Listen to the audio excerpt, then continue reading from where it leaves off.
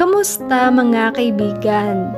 Halina at ating pakinggan ang isang kwento na magbibigay sa atin ng inspirasyon, saya at kilig. Pero kung bago ka pa lang sa aking channel, pakiclick ang subscribe button pati na rin ang bell icon para lagi kang updated sa parating pa na upload. Lumipas ang 6 na taon. Ara, pagkatapos mo dyan, yung bagong dating na chocolate ang ilabas mo ha. Kaunti na lang kasi ang nasa estante.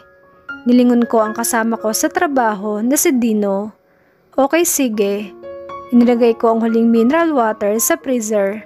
Saka ako pumasok sa stock room. Hinanap ko ang bagong deliver na paninda. Binuhat ko ito pero agad ko ring nababa sa bigat. I look at my wristwatch. It's almost 3 o'clock in the morning. Nasanay na ang katawan ko sa ganitong oras ay dilat na dilat pa ako. Convenience store cashier sa madaling araw at waitress naman sa umaga. Mabuti na lang at shifting ang duty ko sa cafe na pinapasukan ko, kaya nakakauwi ako sa umaga para makapagpahinga. Ganito ako sa loob ng dumaang 6 na taon. Nahirapan ako makapasok sa mga opisina dahil hindi ako nakatapos. Hindi na ako nakapag-aral. Inihinto ni tita ang pagpapaaral sa akin. Ang mamahal pa naman ng maintenance ni Lola at nag-aaral pa si Ryan. Kung mag-aaral pa ako, wala na kaming ikabubuhay. Ang lahat ng bagay na iningatan at inalagaan ko, lahat sa isang iglap ay gumuho. Nagalit sa akin ang tita ko. Pinabayaan ko daw si Lola at si Mona. Sa ngayon, hindi ko na alam kung nasaan na ang pinsan ko. Ang huling balita ko ay humingi ng pera sa mama niya at naglayas na. Yung naramdaman ko 6 years ago, natuyot na ata ang tubig sa katawan ko sa kaluluha. Doon ko lang naramdaman ang pagmamature ko, na hindi lahat ng bagay kapag nakasanayan nagtatagal. Basta ang hindi nagbabago, isang beses pa lang ako nagmamahal at hanggang ngayon siya pa rin. Hindi ko na siya nakita pang muli. Ilang beses kong tinawagan ang numero niya pero nakapatay na. Text at tawag ang ginagawa ko. Tinitext ko siya kung anong nangyayari sa araw ko, kung anong nararamdaman ko o kung namimiss ko na siya. I even texted him, mahal ko si Joseph, sana bumalik ka na. Dumating na ako sa puntong hindi na ako umaasang sasagot siya sa akin. Nakatangahan na siguro yung 6 na taon na pagbabaka sakali. Kaya lang gusto kong umasa. Umasa sa sinabi niyang mahal na mahal niya ako. Sir? Napalingon ako sa counter. Tinatawag ni Dino ang atensyon ng customer pero medyo nagulat ako nang mahuli kong sa akin nakatingin ang lalaki. Nakatitig pa siya na parang kinikilala ako. Matangkad ito, he's probably at his 40s. Well-built ang katawan at nakaitim na suit. Ilang segundo kami nagkatitigan, sa huli siya ang unang bumitaw. Kinuha niya ang sigarilyo at binayaran at saka umalis. Naglilinis ako sa stockroom nang bigla kong marinig ang boses ni Dino. Nakasandal siya sa nakabukas na pinto na may ngiting aso. Napansin mo ba yung titig sa'yo ng lalaki kanina? Grabe, para kang hinuhubaran. Ang hot mo talaga, Ara. Pero kung papayag ka sa gusto ko, pangako ako lang ang maghuhubad sa'yo. Sa ganda mong yan, solve na ako sa'yo. Kinalabutan ako sa sinabing iyon ni Dino. Para siyang lasing na may tama kung umasta. Hindi naman siya pangit. Pangit lang ang ugali niya. Nakakatakot na siya kuminsan. Bukas din, kakausapin ko ang manager namin na makikipagpalit ako ng kasama dito. Tigilan mo ko, Dino. Matiim at tuwid kong sabi. Itinabi ko ang walis at lumabas papunta sa counter. Ayokong lumalapit sa kanya. Lalo na tuwing hindi ko gusto ang aura niya at tingin. Nagkataon pang walang customer. Tanging radyo lang ang naririnig sa tindahan. Nagkunwari na lang ako na nag-aayos ng mga bote ng alak sa likuran ko. Laking gulat ko nang maramdaman ko ang kamay niya sa gilid ng pangupo ko. Napatras ako sa gulat ko. Aba Dino, ang bastos mo na! Sigaw ko sa kanya. Ni hindi man lang siya nasindak sa sigaw ko. Yung labi niya ay mas lalo pang umisi. Kinakabahan ako sa takot. Pwede ba, Ara? Huwag kang umarte na parang virgin ka pa. 25 ka na, diba? Huwag kang umarte na hindi mo gusto ang ginagawa ko. Nakakagigil na siya sa galit. Ang kapal na mukha niya ang pagsalitaan ako ng ganito. Kung hindi mo ako titigilan, Dino, isusumbong kita sa manager natin. Hindi ako nagbibiro. Nangaharas ka na. Oh, pati pala manager natin, nakanamo na. Matanda na yun na. Yun ba ang tipo mo? May pera at matanda? Hindi ko na napigilan ang sarili ko at sinampal ko siya. Nagpanting ang tenga ko sa sinabi niya. This is too much. Sobra-sobrang takot ko nang tangkain niyang hawakan ako sa braso. Wala akong kawala dahil naipit ako sa counter. All I know was tatadyakan ko siya sa ibaba niya at tatakbo ako para makahingi ng tulong sa labas. Bitiwan mo siya. Isang mababa at baritonong boses ng lalaki ang nagpahinto kay Dino. Nakakuha ko ng tiyempo at saka siya tinulak. Lumabas ako ng counter at tumabi doon sa lalaking nakasuit na bumalik sa tindahan. Isang beses niya akong pinasadahan ng tingin mula ulo hanggang paa. Are you okay, miss? Hinihingal akong tumingin sa kanya. Pati ang aking labi ay nanginginig sa takot. Tulungan niyo po ako, sir. Nanginginig ang boses ko. Ang gusto ko ay makalabas dito at lumayo kay Dino. Sir, wala po ito. Awi magsyota lang. Masamang tiningnan ng lalaki nakasuot si Dino. Hinaharas mo siya at saktong sinaktan nang dumating ako. Nobya mo ba siya, miss? Baling niya sa akin. Agad akong umiling. Hindi po. Honey, ano ka ba? Halika na nga rito. Nakakagulo lang kay sir eh. Umiling ako at pumunta sa likuran ng lalaking nakasuot. Wala kang karapatan na pwersahin ang sino mang babae. Magkita tayo sa presinto. Ngumisi si Dino pero namumutla. Hindi ko siya pinupwersa, girlfriend ko yan, nagtatalo lang kami. Sinungaling, sigaw ko. We will check the CCTV. Halika na, miss. Dadalhin kita sa presinto at ipapablatter natin ang lalaking yan. Hindi na ako nagdalawang isip. Kinuha ko ang bag ko at sumama sa lalaking nakasuit.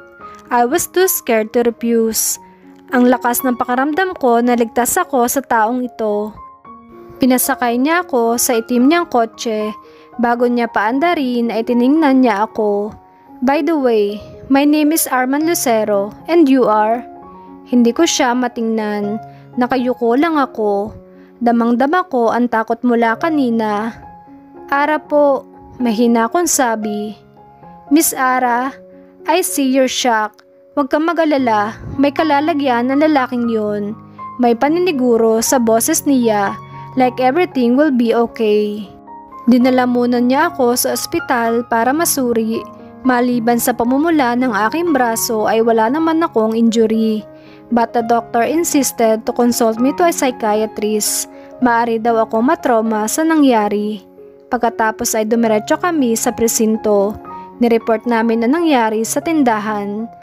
Habang kinakausap ako ng babaeng pulis ay lumabas si Arman dahil may tumawag sa kanya.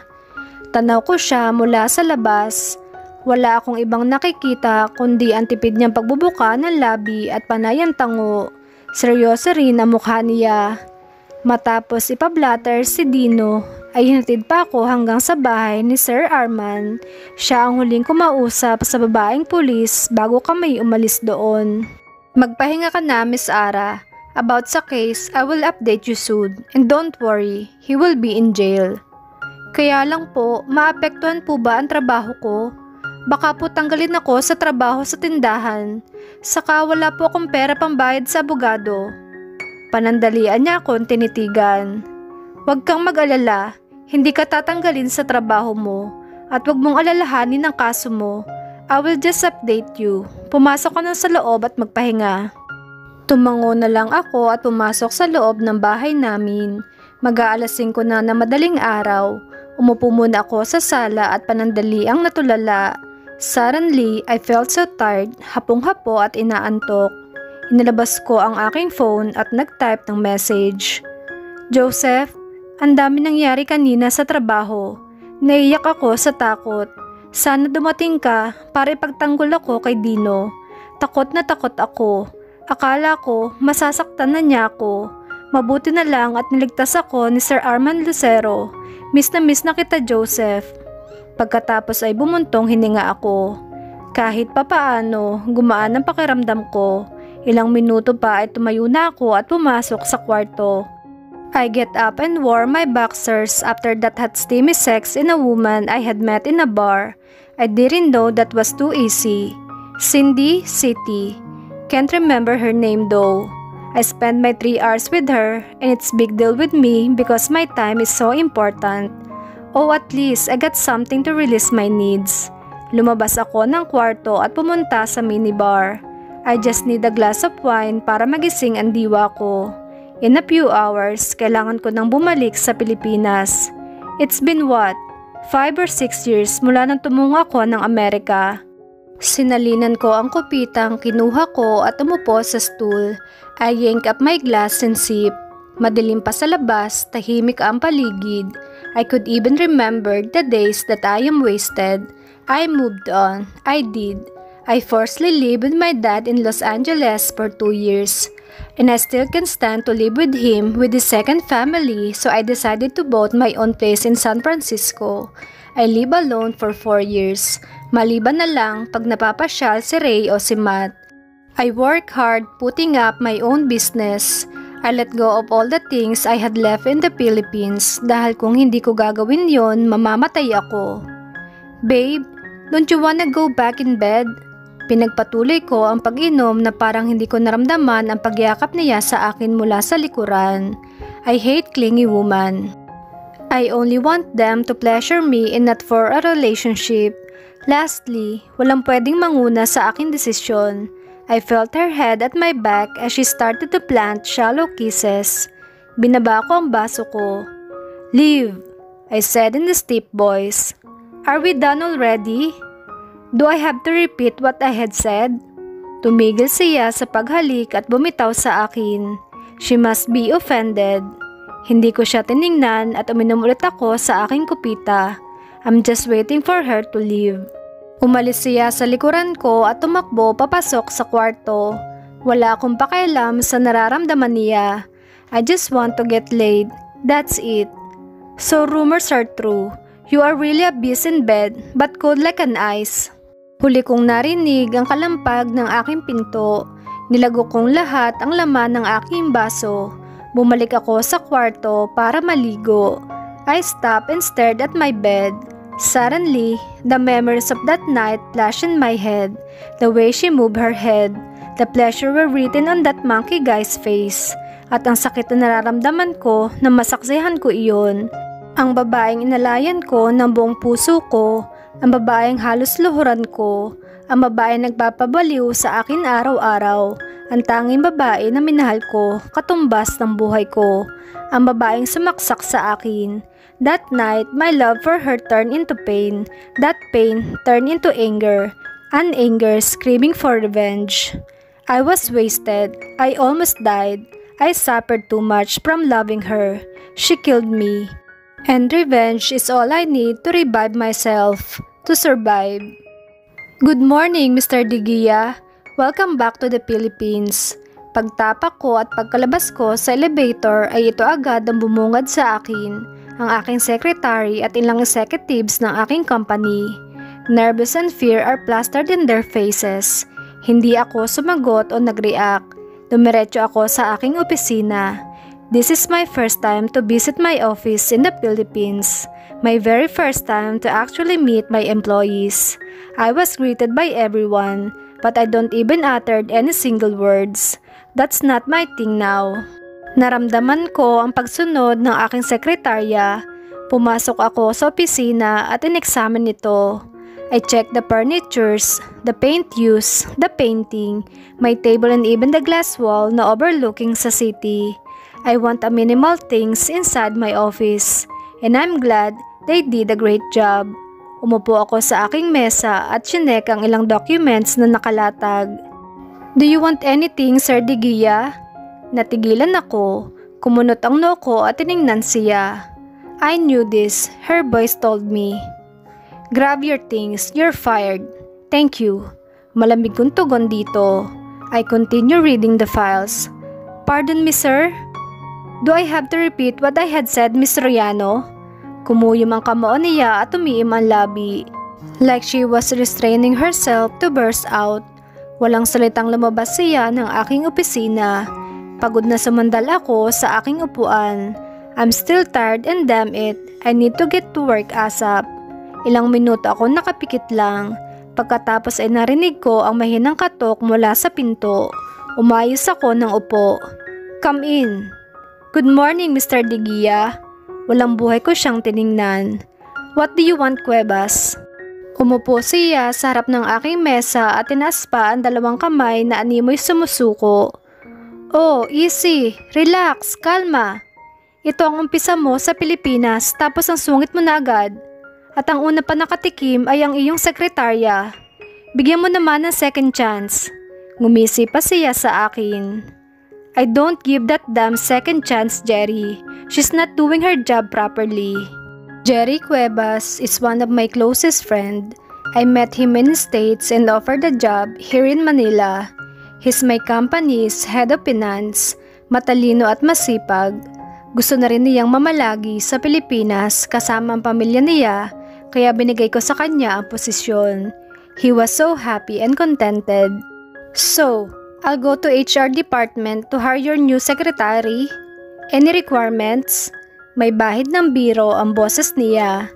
Binasa ko na lang ulit ang mga papeles at saka sinagot siya. I want a male secretary and ready the board members will have a meeting. Exactly 11 p.m. nang tingnan ko ang relos ko. Hinilot ko ang gitna ng aking ilong sa pagod. Mula sa aking likod ay kitang-kita ang city lights. Napabuntong hininga ako. It's been a long day. Habang nagdadrive pa uwi, tumunog ang message tone ng phone ko. Pagka-park ko sa labas ng mansyon ay saka ko lang iyon tiningnan. Where are you? Magpapakalunod ka ba sa trabaho o pinuntahan mo siya? Pakiramdam ko, nagdilim ang paligid ko nang ipalala sa akin yon ni Matt.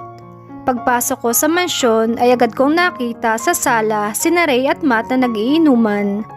Nang makita nila ako ay parehong may nakahalong ngisi sa kanilang mukha. Sa wakas, dumating ka din kuya. Umupo ako at kinuhang isang basong walang laman. Sinalinan ako ng aking kapatid. Working till midnight kuya? That's too much. I glared at him. Don't mind me bro, this is me, accept it. O baka naman sa iba ka nagpunta kaya ngayon ka lang.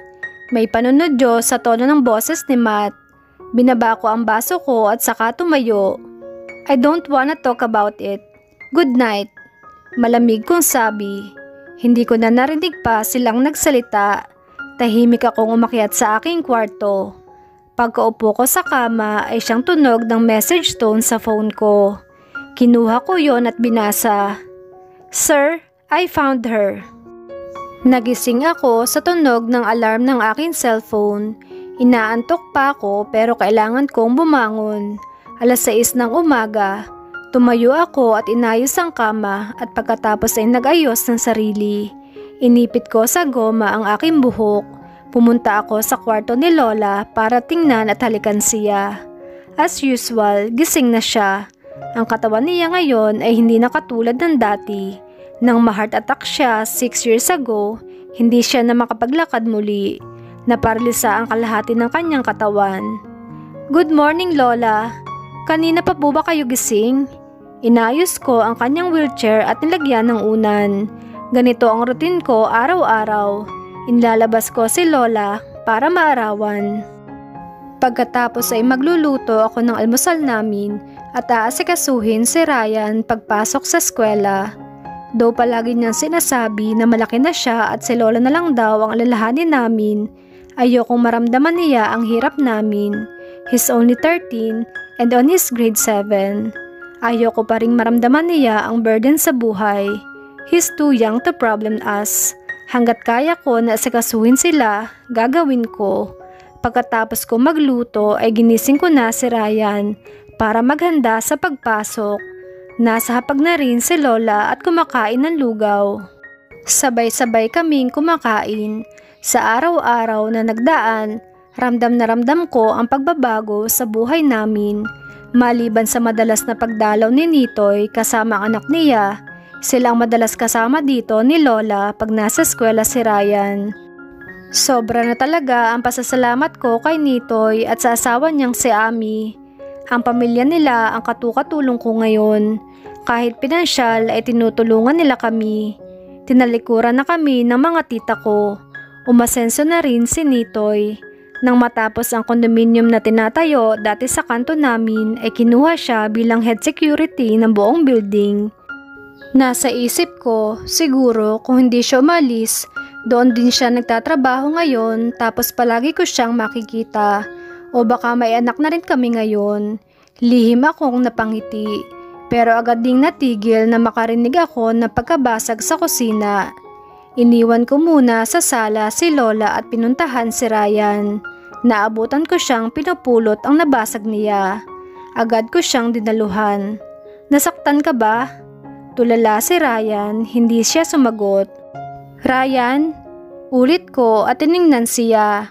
Hinawakan ko ang kamay niya at itinayo. Magbihis ka na, ako nang bahala dito. Kinuha ko ang walis at daspan. Pero nakita ko pa rin siya na nakatayo lang at hindi gumagalaw. Panay din ang pagpikit. Ryan, bakit? Ate, sumakit ang ulo ko tapos lumabo ang paningin ko. Binitawan ko ang hawak ko at nilapitan siya. Tiningnan ko siya.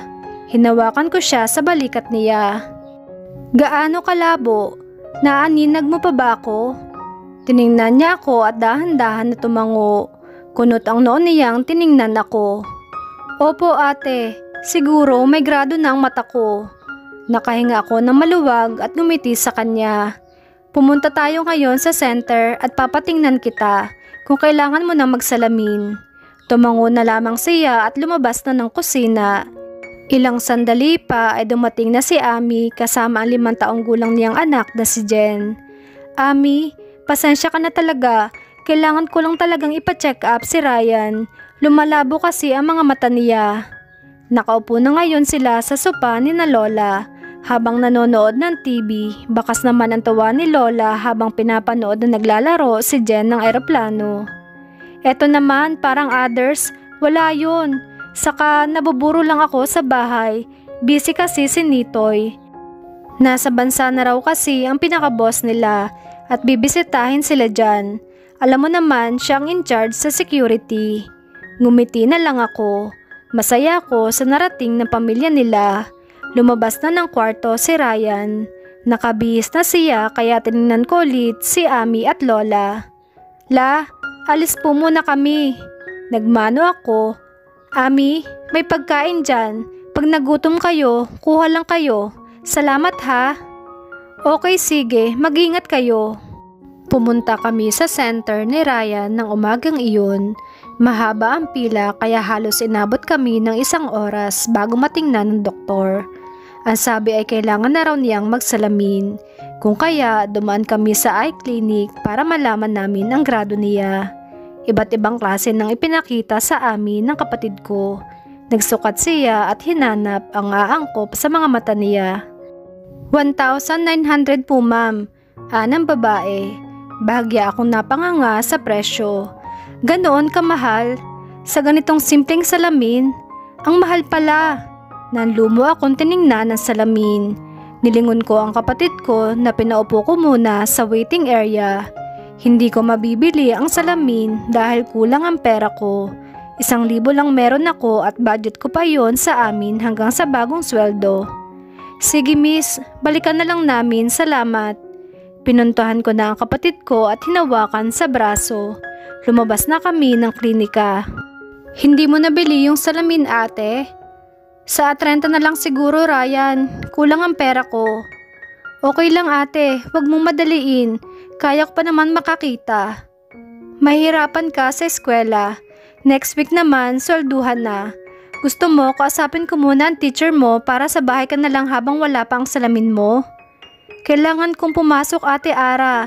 Saka, kaya ko pa naman. Minsan-minsan na lang naman sumasakit ang ulo ko. Pwede naman akong uminom ng gamot. Mag-aalauna na makarating ako sa cafe na pinagtatrabahuhan ko bilang service crew. Nagpalit ako ng damit sa locker at nagsuot ng hairnet. Habang nagliligpit ng gamit sa locker ay siya namang pasok ng katrabaho kong si Marinette. "Oh, aga mga yun ah." Biro ko sa kanya. Pumunta ito sa sarili niyang locker at ngumuso. Kailangan nakakaapat na akong late at bibingo na ako kay manager. Pag-iinitan na naman ako noon at bawas pa sa sweldo. "Bakit kasi nalilate ka pa? Ang lapit lang naman ng bahay mo dito, di ba?" Bigla itong umisi ng pagkatamis-tamis. Kasi si Raymond, mas gusto sa umaga kaysa sa gabi. Nakakailang rounds kami, kaya ayun, nalilate ako sa pagpasok. Humahagikik pa siya na tila kilig na kilig. Kumunot ang noo ko. "Inuman ba yan? Kayo talaga. Umagang-umaga, alak agad ang inuunan nyo. Baka magkasakit pa kayo niyan." Sinarado ko ang locker ko at umupo muna sandali at tiningnan ang aking cellphone. Ilang minuto pa naman bago ako mag-duty. Ilang saglit pa, pumalaho na sa tawa si Marinette. "Hoy, anong nangyayari sa'yo?" tanong ko. Biglang-bigla kasing tumawa ng malakas. Baka naaning na. "Ikaw, Ara, ang inosente mo talaga." Tumabi siya sa akin at pinagtitigan ako. "Hindi ka pa ba nakakatikim nun?" "Alin, ng alak?" "Hindi. Wala sa budget ko yon at saka ang baho kaya nun.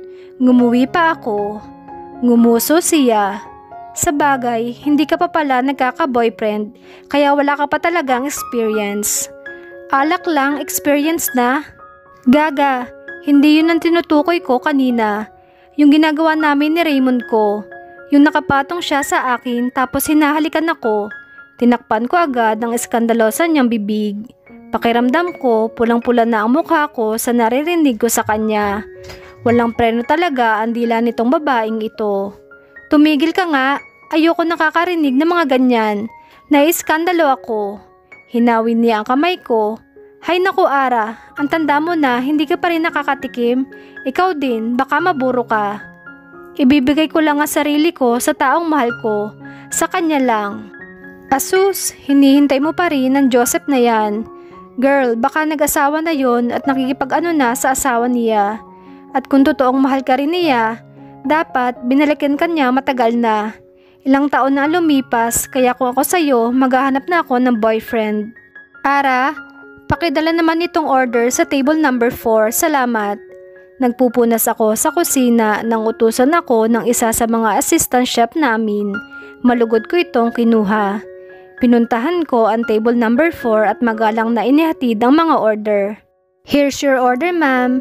Hindi ko na inabala ang sarili ko na tingnan pa ang mga customer. Basta ang pansin ko lang ay puro mga may kaya ang kumakain sa cafe na pinagtatrabahuhan ko sa umaga. "Is that you, Ara?" Nilapag ko muna lahat ng order at niyakap ang tray bago tiningnan ang tumawag sa akin. "Mitch?" Gulat at masaya kong sabi. Tinitigan niya ako mula ulo hanggang paa. Sinuri niya ako na maigi. Nahiya ako. Magkaklase kami sa college at parehong mataas ang marka namin. Kumpara ngayon sa high class na itsura pa lang niya, ay batid kong malayo na ang narating niya. "Oh my God, ikaw nga! My gosh, Ara, hindi kita nakilala. What happened to you? Dito ka nagwo-work as waitress?" "Sorry ha, pero hindi ko naman minamaliit ang work mo, kaya lang, ang taas ng grades mo nung college tayo. Nagulat nga kami nang hindi ka na nag-enroll the next sem. Kamusta ka naman?" Ramdam ko ang mainit na titig sa akin ng mga kaibigan niya. 2 babae at 3 lalaki. Na-conscious ako at nahiya. Nag-init ang mga pisngi ko at parang may nagbaran sa lalamunan ko. Mas kinailangan ko na kasi magtrabaho kaysa mag-aral. Na-heart attack ang lola ko at nangailangan ng medical assistance. Mahina akong sabi. Bumakas sa aura nila ang simpatya. Gusto ko na tuloy umalis sa harap nila at magtago. "Oh, I see. I'm sorry to hear about your grandma. But you still look gorgeous. OMG, may accent at may pagkasosyal ang pananalita niya. Ang laki na ng pinagbago niya buhat noon. Sa buhok na kulay blonde at corporate attire. At ako, Naka-yellow na service crew uniform at hairnet na may sombrero. Malaking pagkakaiba sa buhay na pinangarap ko noon. Alas 7 na ako nakauwi sa bahay. Bumili pa ako ng isang piling na saging. Pagpasok ko pa lang ay agad ko nakita si Nitoy at Ami na nag-uusap. Samantalang nanonood naman ng TV si Jen. Mukhang seryoso ang kwentuhan niyo ah. Biro ko sa mag-asawa, sabay pang nagulat na magsalita ako. Kanina ka pa dyan? Gulat na tanong ni Nitoy. Pumasok ako at ginulo ang buhok ni Jen. Kararating ko lang naman, bakit may nangyari ba? Wala naman, ang lola mo nasa kwarto na. Inaantok na raw. Si Ryan gumagawa ng assignment niya. Salamat talaga, Ami at Nitoy ha. Naku, kung wala kayo, maloloka talaga ako. Hindi sila kumibo at tinitigan lamang ako. Tiningnan ko din sila, para bang may tinatago silang sekreto sa akin. May problema ba, Nitoy, Ami? Tagilid na ngumiti si Nitoy. Wala naman. Ano lang? Ano? Ano kasi yung may-ari ng Chateau Tower pupunta sa Sabado para tingnan ang building. Kumunot ang noo ko. Ang Chateau Tower ang pinagtatrabahuhan niya. Bigla akong naguluhan. Anong kinalaman ko doon? Ganun ba? Edi congrats. Makikita nyo na sa wakas ang may-ari nun. Teka, kumain na ba kayo? Wait lang, maghahain ako. Tumungo ako sa kusina. Teka Ara. Huminto ako at nilingon ng mag-asawa. Bakit ganoon na lamang ang pag-alala ng mag-asawa na darating na ang may-ari ng Chateau Tower? Isa kaya iyon sa pagmamay-ari ng bilyonaryong si Joseph? Sabay-sabay nating alamin sa susunod na kabanata ng ating kwento. Maraming salamat!